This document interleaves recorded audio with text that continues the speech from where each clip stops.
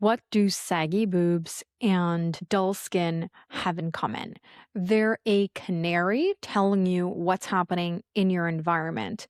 And this is going to give you an early warning sign if you caught it at the beginning, but probably if you're watching this video, you didn't. And it's keying you to your progress towards whatever health issue you're having and contributing to the lack of energy, feeling overall just, crappy, and all the fatigue that so many people that I speak to and most of my clients suffer from. Welcome to my YouTube channel. My name is Emanuela Urbani, and I've helped over 100 men and women on the road to optimal health using nature. I will get to some details later on and tips on how you can actually use this information to improve your health. So stay tuned for that because that's going to be coming later on in the video. So first of all, I did a video not that long ago on the real reason why you get milk boobs. And in the video, I promised a more scientific breakdown on the situation. And this is it. And I've connected it to dull skin, because I noticed something incredible on my last trip to El Salvador. And that's that my face, when I was looking in the pictures of myself, and it was actually one of my YouTube subscribers that pointed it out to me. And before they did, I didn't even notice that I had this glow on my skin. It wasn't just a tan. I tan readily, and I've got a multi-year tan going from building up my solar callus so consistently. But I had this blush type effect happening on my cheeks that lasted for probably about 2.5 weeks on my return from El Salvador here, and eventually faded. And if you watch back on my YouTube videos and you pay attention, I think you're going to see exactly what I'm talking about. So why is that important? Because when you have a high non-native EMF environment and you have a low magnetic field, as is the case for all of Canada, Australia, and in the US, you're going to end up with saggy boobs. And if you have children and you breastfed, you have what I call milk boobs. And if you want to check out that video, it's in the end screen of this. And you're also going to experience a dullness of your skin, which will be improved by a tan, but not so much as it will be improved by increasing your magnetic field and your magnetic sense. So first of all, I'm going to explain the science of this. Why do your boobs sag, or do you end up with milk boobs when you're done nursing? If you have a poor magnetic field, not enough DHA, and a high non-native EMF environment. I first want to help you understand the role of fat and DHA. So there's some really cool research that shows that DHA increases your body's ability to interact with the natural magnetic field and to have a good, let's call it a magnetic sense. And I'm going to break that down in a moment. And also, that DHA is extremely high in breast milk, right? I talked about this in The Real Reason Why You Got Milk Boobs video, where you are depleting your breasts of DHA when you're nursing. And most women are not repleting it at a high enough level.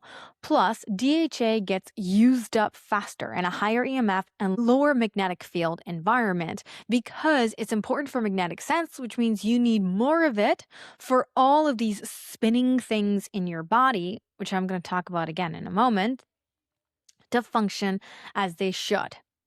And when you have a high non-native EMF environment, you use up more of this DHA because it makes you unable to properly interact with and detect the Earth's magnetic field, which is an important distinction. And fat also does something else. So you're meant to have a certain amount of fat on your body, and the higher your stressor and exposure to non-native EMFs and a lower magnetic field, and the more repair and work your body feels it needs to do, the more likely you are to gain weight. Now, you can end up in the opposite scenario, which it bears mentioning, where you're going to be slim. And honestly, that's a worse scenario where you are super slim, but you have all these problems, then if you have weight to lose and you have extra fat on you and you have these problems, when you have extra fat on you, you have a better, faster chance of recovery. I know it just sounds so counterintuitive, but it's true.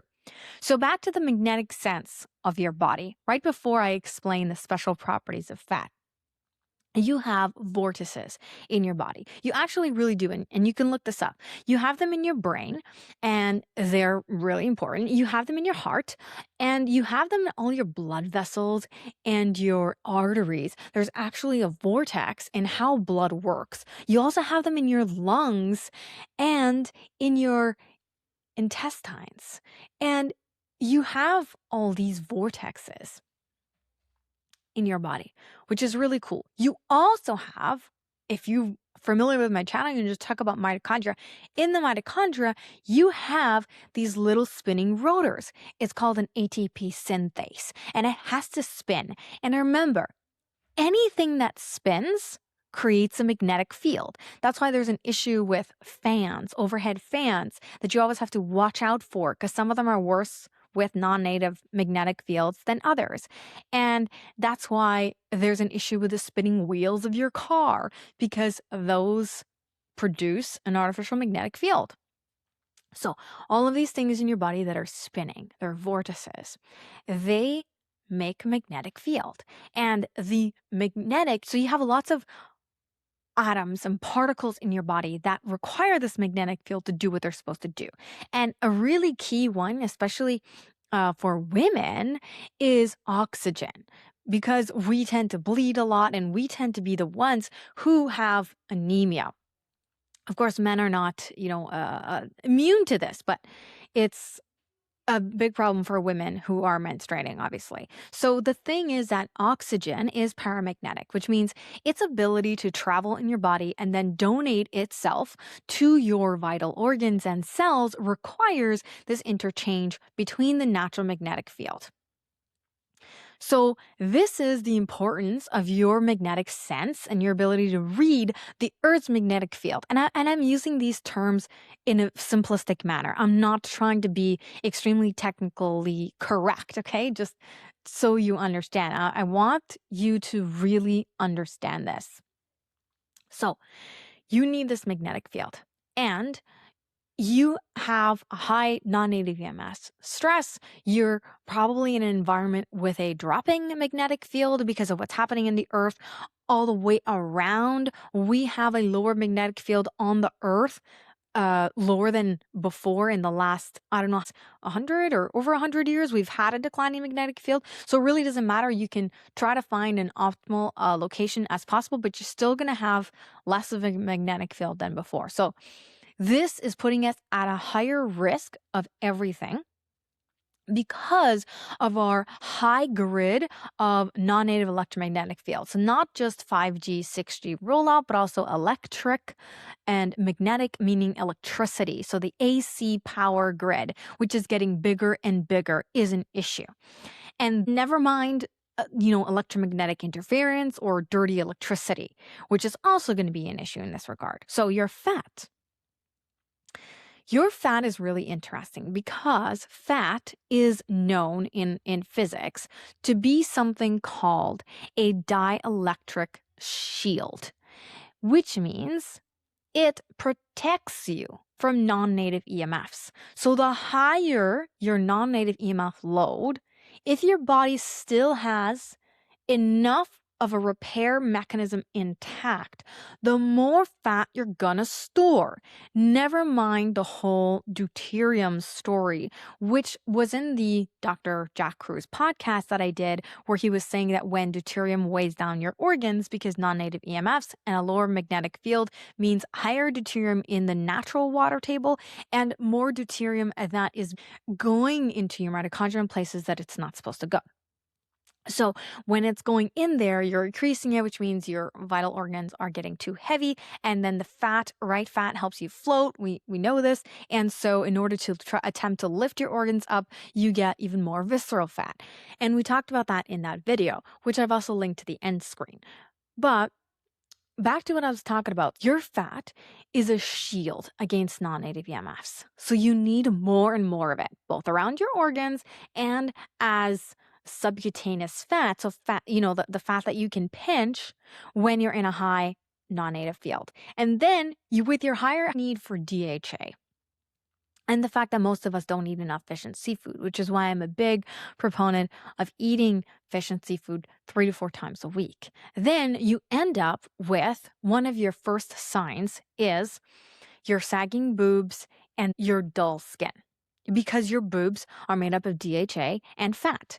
And this fat tends to get shredded first, meaning your body is beginning to destroy the fat and being forced to do so, and not for you, but to your detriment. Then, of course, the color and blood flow to your skin, which remember, oxygen is requiring this magnetic field, and that's also not happening amongst other issues like autophagy, meaning the repair cycle of your skin while you sleep, the ability to regenerate their skin cells and make them like new and make them really work at their best with the collagen and the water and all these things that makes nice skin isn't happening because the magnetic field also plays a really important role in your sleep.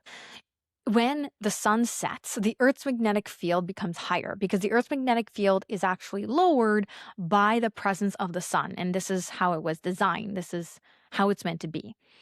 So your boobs are basically telling you that you need more seafood and that you need a higher magnetic field and that your non-native EMFs are too high. And that the same goes for your skin.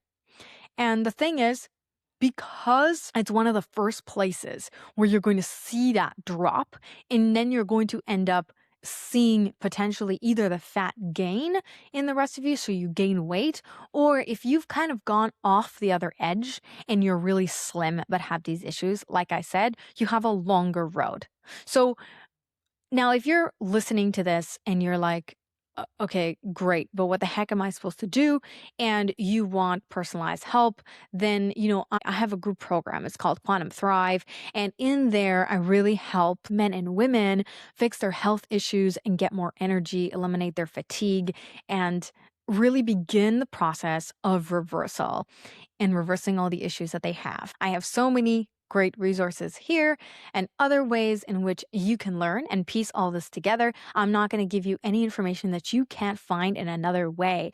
I'm just here to organize it and offer the kind of support. And if you need that support and accountability and simplification in a very step-by-step fashion, then that's what Quantum Thrive is for. Otherwise, you can get all this information in 100 different ways. It's just about having the ability to decipher, outline it, create it into a step-by-step fashion for yourself so you can see the kind of health improvements that I have seen and that my clients see. So to summarize it, when you have your skin that gets dull and your boobs that start to sag, it's not because you lost weight. If you lost weight and you have saggy boobs, that is a bad sign because it means that you're losing the shielding, you're losing your magnetic sense, and it's your canary. And the problem is that most of us are so ingrained in society that it's normal for us to have sagging boobs, especially after nursing, that we don't actually pay attention to these signs as they develop. If I had paid attention to this back when it happened to me after my first kid, I can't even tell you how many issues I probably would have eliminated so much faster by catching it early. But I really there's no information on this whatsoever. I don't even think there's a single person or resource out there that is telling you you shouldn't have to have saggy, empty boobs after nursing. You shouldn't. I'm going to tell you that. You shouldn't. Can you get them back once you do? Yeah, but you're going to have to go through pretty intense situations. Like you're going to have to go somewhere with a high magnetic field for quite a bit of time, or invest in a magnetico and seriously uptake your DHA levels, and you're going to have to reset everything, your leptin sensitivity, your circadian rhythms. You're going to have to mitigate your home. There's going to be a lot of steps that you're going to need to do because it's one of the first signs. It's also hard to get them back.